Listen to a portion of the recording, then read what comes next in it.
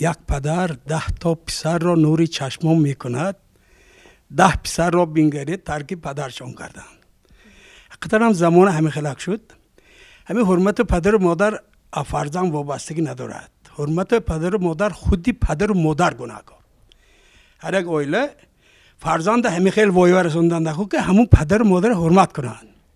حاضر زمان حق به بلا میمونیم این مکتب این هر یک عائله که محقق آدموی اهم مهنت کش کردیم من زندگانی میکنم کار میکنم همه عائله های من یگان کس ندیدم که پدر و مادرش حرمت نکرده باشد. همه سرای ها هم مهنت کردی برای پدر و مادرش مهنت میکند میغلطد میخزد گاوش کشال بوند همین پدرش ویش های همون آدمایی که پول چیز ابشش داده شد و مهرش پول بماند واسواسی بماند و باری فرزند برآمد فرزند پشتی ویام برآمد.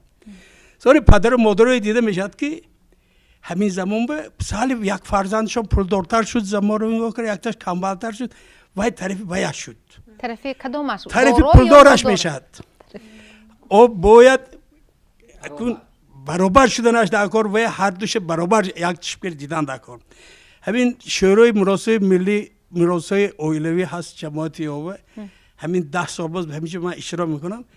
همین مراسم عائله جدا شوی ها همین نامراسم‌های عائله همه پدر و مادر وابسته.